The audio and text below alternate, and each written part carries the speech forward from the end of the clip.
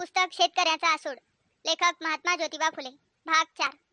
कित्येक तिरसट कलेक्टरांचे पुढे धूर्त शिरस्तेदाराची मात्रा चालत नसल्यास ते काही आडमुठ अक्षरशून्य शेतकऱ्यांची प्रकरणे मुख्य सदर स्टेशनच्या ठिकाणी तयार न करिता त्यास गावोगाव कलेक्टराचे स्वारी मागे पायाला पाने बांधून शिळे तुकडे खात खात फिरावयास लावून त्यांची आडे खिळखिळी करून मस्ती जिरवितात व कित्येक निवळ अज्ञानी शेतकऱ्यांच्या अर्जा फैलास 1-2 दिवस न लावता त्यांच्या प्रतिपक्षाकडून काही चिरीमिरी मिळाल्यास त्या मुळीच गाळून टाकीतात.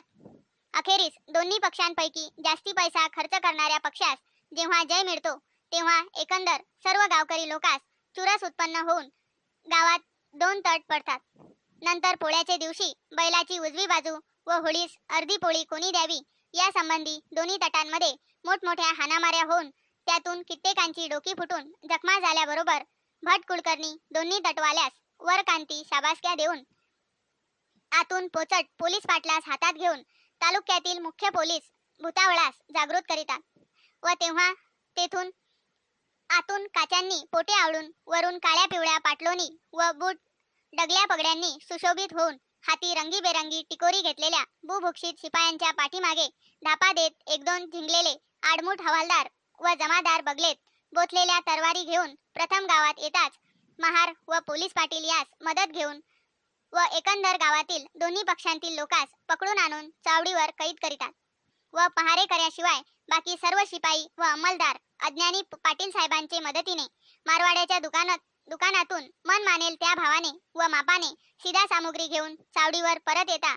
दारूच्या पिठ्यात कोणी मेजवान्या दिल्यास ऐन गुंगीच्या नादात जेवून गार झाल्यानंतर थोडीशी डावमडवली पूछतापास करून त्यांच्या त्या सर्व कैदी लोकांस मुख्य ठाण्यात आणून फौजदारासमोर उभे करून त्यांच्या हुकुमाप्रमाणे त्याची पक्की चौकशी होईत पावेतो त्यास कच्चे कैदेत ठेवितात. यापुढे कैदी शेतकऱ्यांच्या घरची माणसे आपापल्या बायका मुलाबाळांच्या अंगावरील किडूक मिडूक मोडून आणलेल्या रकमा फौजदार कचेरीतील कामगारांची समजूत करण्याचे भरीस कशाबशा घालितात. त्यापैकी आपले मासले येथे दाखवितो. जर एखाद्या पक्षातील लोकास जास्ती मोठाल्या जखमा झाल्या असल्यास धूर्त कामगार कुलकर्ण्यांचे द्वारे दुसऱ्या पक्षाकडून काही रकमा घेऊन त्यांच्या त्या सर्व जखमा बऱ्या होऊन त्यांचा माग मुद्दा मोडे पावेतो ती प्रकरणे तयार करून मॅजिस्ट्रेट साहेबांकडे पाठवण्यास विलंब करतात. कधी कधी धूर्त कामगारांच्या मुठी गार झाल्यास ते दुसऱ्या पक्षातील मुद्द्यांचे साक्षीदारांनी त्यांच्या खटल्यात साक्षीच देऊ नये म्हणून त्यांच्या सावकारास भिडा घालितात. ते कधी कधी मुद्द्याचे साक्षीदारांनी आपली सामाने रुजू करण्याचे पूर्वी त्यास कुलकर्ण्यांचे मार्फत नाना तऱ्हेच्या धाक धमक्या देऊन त्यास भलत्या एखाद्या दूर परगावी पळवून लावतात. त्यातून काही आडमुठ अज्ञानी शेतकऱ्यांनी कुलकर्ण्यांचे द्वारे ब्राह्मण कामगारांच्या सूचनांचा अव्हेर करून आपल्या साक्षी देण्याकरिता कचेरीत आल्यास एकतर ते अक्षरशून्य असल्यामुळे त्यांच्या स्मरणशक्त्या धड नसतात व दुसरे त्यास मागच्या पुढच्या सवालांचा संदर्भ जुळून जबान्या देण्याची स्फूर्ती नसते. यामुळे त्यांच्या जबान्या घेतेवेळी धूर्त कामगार त्यास इतके घाबरे करीतात की त्यास दे माय धरणी ठाव होतो. ते कधी अज्ञानी शेतकऱ्यांच्या जबान्या घेताना त्यांच्या नाना प्रकारच्या चाळक चेष्टा करून त्यास इतके घाबरे करीतात की त्यांनी खरोखर जे डोळ्यांनी पाहिले असेल व कानांनी ऐकले असेल त्याविषयी इतंभूत साक्ष देण्याची त्यांची छातीच होत नाही. याशिवाय कित्येक धाडस कामगारांचे हातावर भक्कम दक्षिणा पडल्या की ते कुलकर्ण्यांचे साह्याने कायद्याचे धोरणाप्रमाणे नाना प्रकारचे बनाऊ पुरावे व साक्षीदार तयार करून मन मानेल त्या अज्ञानी शेतकऱ्यास दंड अथवा ठेपा करवितात. त्यावेळी त्या सर्वांजवळ दंड भरण्यापुरत्या रकमा नसल्यामुळे त्यांपैकी बहुतेक शेतकरी आपले इष्टमित्र सोयरे धाऱ्यांपासून उसन्या रकमा घेऊन दंडांच्या भरीस चालून घरोघर आल्याबरोबर उसन्या रकमा घेतलेल्या ज्याच्या त्यास परत देऊन इतर ठेपा झालेल्या मंडळीस तुरुंगातून सोडविण्याकरिता आपले लावण्यापुरत्या रकमा सावकारापाशी कर्ज मागून लागल्यास आमच्या सरकारच्या पक्षपाती शेतकऱ्यांचे कायद्यामुळे शेतकऱ्यास कोणी अब्रूवाले सावकार आपल्या दाराशी उभे सुद्धा करीत नाहीत. कारण आपले पदरचे पैसे शेतकऱ्यास कर्जाऊ देऊन त्यानंतर निवाडे करून घेतेवेळी खिशे चासपणाऱ्या आडमुठा शूद्रा बेलिफांच्या समजुती काढून सामाने रुजू करून आणलेल्या अज्ञानी शेतकऱ्यांसमक्ष भर कोणतात सावकारास फजिती करून घ्यावी लागते. कित्येक तरुण गृहस्थांनी नाना प्रकारची कायदे पुस्तके राघूसारखी तोंडपाठ केल्यामुळे त्यांच्या परीक्षा उतरताच आमचे भोळसर सरकार त्यास मोठमोठ्या टोलेजंग न्यायाधीशांच्या जागा देते. परंतु हे लोक आपल्या सार्वजनिक मूळ महत्वाच्या बांधवी संबंध तोडून आपण येथील भूदेवाचे औरस वारसपुत्र बनून कोणतात एकंदर सर्व परजातीतील वयोवृद्ध वडील दुबळ्या गृहस्थास तुच्छ मानून त्यांची हेळसांड करीतात. प्रथम हे सरकारी रिवाजाप्रमाणे एकंदर सर्व साक्षीदार वगैरे लोकास कोणतात 10 वाजता हजर करण्यास सामाने करून आपण सुमारे 12 वाजता कोणतात येऊन येथील एखादे खोलीस तास अर्धा तास उताने पालथे पडून नंतर डोळे पुशीत बाहेर चौरंगावरील खुर्चीच्या आसनावर येऊन बसल्याबरोबर खिशातील पानपट्टी तोंडात घालून माकडाचे परी दात इचकून चावता चावता पायावर पाय ठेवून पाकेटातील डब्या बाहेर काढून तपकिरीचे फसके नाकात ठासता खाली बसलेल्या मंडळीवर थोडीशी वाकडी नजर टाकून डोळे झाकीत आहेत. इतक्यात तांबडी पगडी काळी डगली पाटलोन बुटांनी चष्क बनून आलेल्या प्लीडर वकिलांनी त्यांच्या पुढे उभे राहून मिशांवर ताव देऊन युअर ऑनर म्हणण्याची चोपदारी ललकारी ठोकल्याबरोबर हे भूदेव जज साहेब आपल्या पोटावर हात फिरवून आपले जात भाऊ वकिलास विचारतात की तुमचे काय बोलणे आहे. यावरून वकील साहेब आपल्या खिशात हात घालून म्हणतात की आज एका खुनी खटल्याच्या संबंधाने आम्हास सेशनात हजर होणे आहे. सबब आपण मेहरबान होऊन आमचे मार्फतचे येथील कज्जे हाज तहकूब ठेवावेत. हे म्हणताच न्यायाधीशांनी माना हलवून गुड्या दिल्याबरोबर वकील साहेब गाड्या घोड्यावर स्वार होऊन आपला रस्ता धरिताच न्यायाधीश आपल्या कामाची सुरुवात करीतात. याविषयी येथे थोडेसे नमुन्याकरिता घेतो. कित्येक भूदेव न्यायाधीश आपल्या उंच जातीच्या तोऱ्यात किंवा कालच्या ताज्या अंमलाच्या झोकात न्याय करीताना बाकी सर्व जातीतील बहुतेक लोकांबरोबर आरेतुरेशिवाय भाषणच करीत नाहीत. कित्येक अक्कडबाज गृहस्थांनी कोर्टात आल्याबरोबर या राजबिंड्या भूदेवास लवून मुजरे केले नाहीत तर त्यांच्या जबान्या घेतेवेळी त्यास निरर्थक छळीतात. तशाच ब्राह्मणी धर्माच्या विरुद्ध एखाद्या ठिकाणी समाज उपस्थित होऊन त्यात सामील असणाऱ्यांपैकी थोर गृहस्थात कोणतात हजर उपस्थित होऊन त्यास सामील असणाऱ्यांपैकी थोर गृहस्थात हजर होण्यास थोडासा अवेळ झाला की त्याचा सूड उगवण्याकरिता त्यांच्या श्रीमंतीची अथवा त्याच्या वयोवृद्धपणाची काडी मात्र पर्वा न करिता त्यांची भर कोणतात जबान्या घेतेवेळी रेवडी करून सोडितात. त्यातून हे भूदेव बौद्ध धर्मी मारवाड्यांची फटफजिती व पट्टाधूळ कशी उडवितात हे जगजाहीर आहेच. कधी कधी या छदनी भूदेवांच्या डोक्यात वादी प्रतिवादींच्या बोलण्याचा भावार्थ बरोबर शिरेनासा झाला म्हणजे ते स्नान संध्याशील श्वनासारखे चवताळून त्यांच्या हृदयाला कठोर शब्दांनी चावे घेतात. ते असे की तू बेवकूफ आहेस, तुला 20 फटके मारून एक मोजावा, तू लाल तोंड्याच्या भाऊ 3 शेंड्या मोठा लुच्चा आहेस. त्यावर त्यांनी काही हू की चू केल्यास त्या गरिबांचे दावे रद्द करीतात. इतकेच नव्हे परंतु या खुनशी न्यायाधीशांच्या तब्येती गेल्या की सर्व त्यांच्या जबान्या घरी नेऊन त्यातील काही मुद्द्यांची कलमे गाळून त्याऐवजी दुसऱ्या ताज्या जबान्या तयार करून त्यावर मन मानेल तसे निवाडे देत नसतील काय. कारण हल्ली कोणत्याही जबान्यांवर जबान्या लिहून देणाऱ्यांच्या सया अथवा निशाण्या करून घेण्याची वहिवाट अजी काढून टाकली आहे.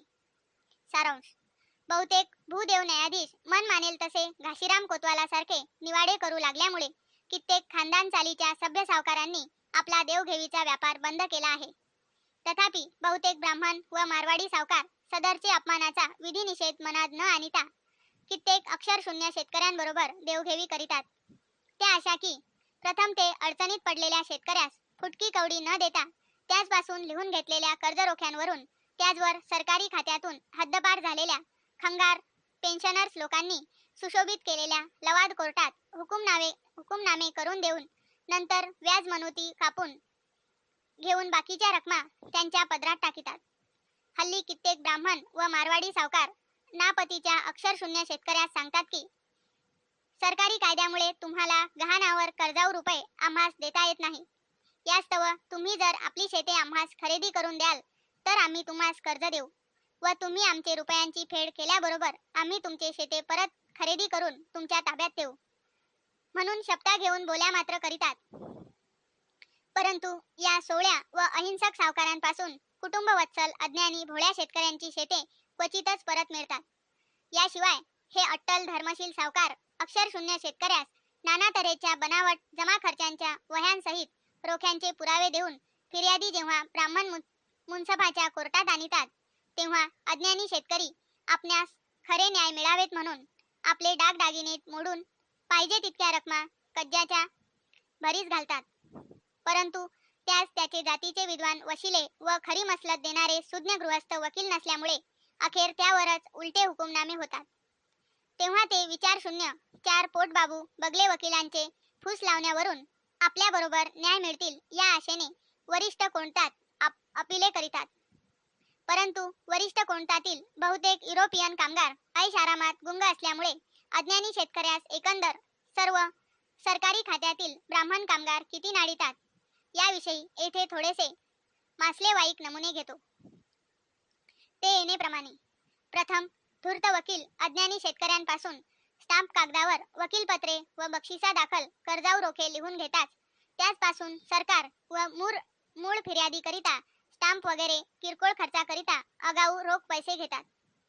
नंतर कित्येक धूर्त वकील शिरस्तेदाराचे पाळीव रांडांचे घरी शिरस्तेदार साहेबांचे समोर त्यांची गाणी करवून त्या शेतकऱ्यांपासून काही रकमा देववितात.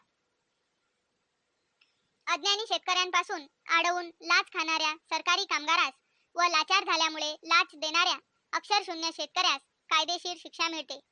हत्यारबंद पोलिसांच्या उरावर दरोडे घालणाऱ्या भट फडक्या रामोशास व लाचार झाल्यामुळे फडक्याबरोबर त्याच्या पाटीदार भावास शिळेपाके भाकरीचे तुकडे देणाऱ्या भित्र्या शस्त्रहीन कंगाल शेतकऱ्यांचे बोडक्यावर जशी कायदेशीर पोलीस खर्चाची रक्कम लादली जाते व शेतकऱ्यांचे घरात चोऱ्या करणाऱ्या सर्व जातीच्या चोरट्यास जशी कायदेशीर शिक्षा मिळते त्याचप्रमाणे जे शेतकरी आपल्या पहिल्या झोपेच्या भरात असता त्यांच्या घरात चोरांनी चोऱ्या केल्या असता त्या शेतकऱ्यांसही कायदेशीर शिक्षा का नसावी.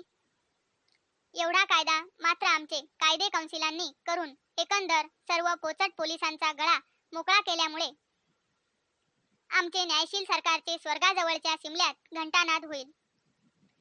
कित्येक कनिष्ठ ब्राह्मण कामगार आपल्या जातीतील पुराणिकाला व कथेकऱ्याला कित्येक अज्ञानी सदन शेतकऱ्यांपासून देणग्या देववितात. कित्येक धोरणी धूर्त अज्ञानी भोळ्या सदन शेतकऱ्यास गाठून त्याचपासून राधाकृष्णाची नवी देवळे गावोगावी बांधवून काही जुन्या देवळांचा जीर्णोद्धार करवितात व त्याचकडून उद्यापनाचे निमित्ताने मोठमोठाली ब्राह्मण भोजने काढितात.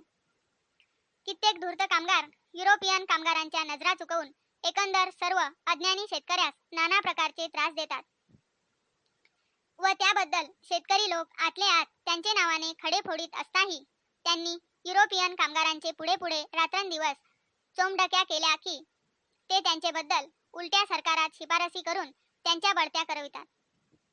त्यातून बहुतेक युरोपियन कामगारास 10-20 मिनिटे अस्खलित मराठी भाषण करण्याची केवढी मारामार पडते आणि अशा तुम्ही आम्ही करणाऱ्या युरोपियन कामगारास सातारकर, छत्रपती महाराज, हिम्मत बहादर, सर लष्कर निंबाळकर, घाडगे, मोहिते, दाभाडे, घोरपडे वगैरे शेतकरी या लोकांपेक्षा सावकारांवर आपले चरितार्थाचा बोजा कोणत्याही प्रकारे न टाकता स्वतंत्र रीतीने उद्योगधंदा करून अनेक प्रसंगी आपला मौल्यवान वेळ खर्च करून लोक कल्याणाची कामे झटून करणारे लोकास सरकारने विशेष मान देणे हे रास्त आहे. नाहीपेक्षा आपला जी प्रसिद्ध म्हण आहे, मेहनती दिलगीर आणि चोरटे खुशाल, त्या म्हणीप्रमाणे न्याय होणार आहे. ज्या मर्दाची खसगत सोजरी भाषणातील सर्व गाऱ्हाणी शिस्तवार समजून घेऊन त्याचे परिहार ते कसे करीत असतील ते देवच जाणे. कित्येक धूर्त ब्राह्मण कामगार आपल्या धोरणाने सदा सर्व काळ वागू लागतील वा इराद्याने ते जिल्ह्यातील कित्येक कुटाळ असून वाचाळ भटब्राह्मणास पुढे करून त्यांचे हातून जागोजाग मोठाले जंगी समाज उपस्थित करवितात व आतून आपण अन्य रीतीने शूद्रातील शेतकरी, गवतवाले, लाकडवाले, कंडक्टर, पेन्शनर्स व इस्टेटवाले गृहस्थांकडे आपले वजन ते भिडा खर्ची घालून त्यास पाहिजेल त्या समाजात सभासद करवितात. कित्येक युरोपियन कामगारांच्या काही घरगुती नाजूक कामास मदत देण्याचे उपयोगी ब्राह्मण शिरस्तेदार पडले की युरोपियन कामगार त्यांच्याविषयी सरकारात शिफारसी करून त्यास रावसाहेबांच्या पदव्या देववितात. आणि सदरचे युरोपियन कामगारांच्या जेव्हा दुसऱ्या जिल्ह्यात बदल्या होतात तेव्हा हे तोंडपुंजेर रावसाहेब मनास येतील तशी मानपत्रे तयार करून त्यावर शहरातील 4 पोकळ प्रतिष्ठा मिरवणाऱ्या अज्ञानी सदन कुणब्या माळ्यांच्या व तेला तांबड्यांच्या मोडक्या तोडक्या सह्या भरतीला घेऊन भलत्या एखाद्या शूद्र कंडक्टरांच्या टोलेजंग दिवाणखान्यात मोठमोठ्या सभा घेऊन त्यांमध्ये त्यास ही मानपत्रे देतात. सारांश. अस्मानी सुलतानीमुळे पडलेल्या दुष्काळापासून तसेच टोळ्यांच्या तडाख्यापासून होणारे नुकसान केव्हा तरी भरून येते, परंतु एकंदर सर्व लहान मोठ्या सरकारी खात्यात बहुतेक युरोपियन कामगार ऐशाआरामात गुंग असल्यामुळे त्या सर्व खात्यात भट पडून ते कोकणातील ब्राह्मण खोतासारखे येथील सर्व अक्षरशून्य शेतकऱ्यांचे जे नुकसान करीतात ते कधीही भरून येण्याची आशा नसते. या सर्वांविषयी कच्च्या हकीकती लिहू गेल्यास त्यांची mysteries of the court of London यासारखी पुस्तके होतील व ही अज्ञानी शेतकऱ्यांची झालेली दैन्यवाणी स्थिती जेव्हा ख्रिस्ती लोकांस पाहावेना तेव्हा त्यांनी युनायटेड ग्रेट ब्रिटनात येथील विद्या खात्याचे नाव शिमग्याचा संस्कार सुरू केला. त्यावरून येथील काही सभ्य सद्गृहस्थांसहित कित्येक बडे सरदार लोकांनी हिंदुस्थानातील विद्या खात्यांकडील मुख्य अधिकाऱ्यांची थोडीशी पट्टाधूळ झाडण्याची सुरुवात केली. कोठे न केली तोच मायाळू गव्हर्नर जनरल साहेबांनी येथील विद्या खात्यांविषयी पक्की चौकशी करण्याकरिता 4-5 थोर विद्वान गृहस्थांची कमिटी स्थापून त्यांमध्ये मेजर हंटर साहेब मुख्य सभानायक स्थापताच त्यांनी आपल्या साथीदारांस बरोबर घेऊन निमरॉड शिकाऱ्यांसारखे तिन्ही प्रेसिडेन्सीत आगगाड्यातून मोठी पायपीट केली.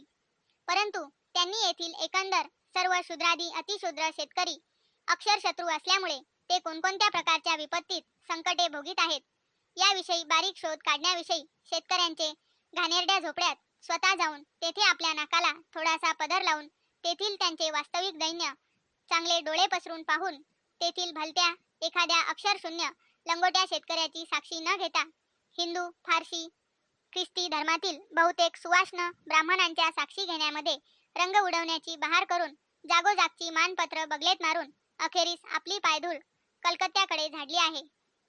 परंतु त्यांच्या रिपोर्टापासून अज्ञानी शेतकऱ्यांचा योग्य फायदा होईल असे आम्हाला अनुमान करता येत नाही. तात्पर्य.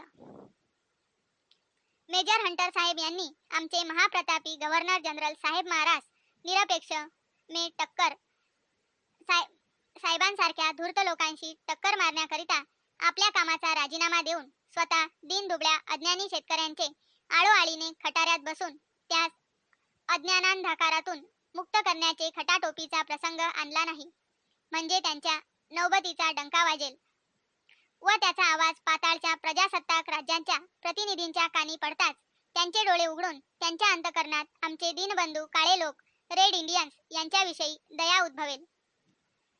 या प्रकरणात एकंदर सरकारी ब्राह्मण नोकरांविषयी लिहिलेल्या मजकुरांबद्दल पुरावा पाहिजे असल्यास ठिकठिकाणी आजपर्यंत लाच खाल्ल्याबद्दल किंवा खोटे लिहिण्याबद्दल वगैरे अशा प्रकारच्या गुन्ह्यांवरून शिक्षा झालेल्या व त्याविषयी फिर्यादी झालेल्या त्या पाहाव्या म्हणजे सहज सापडेल. नवनवीन पुस्तके ऐकण्यासाठी आमच्या चॅनलला सबस्क्राईब, लाईक व बेल आयकॉनवर क्लिक करा. थँक्यू. Bye bye.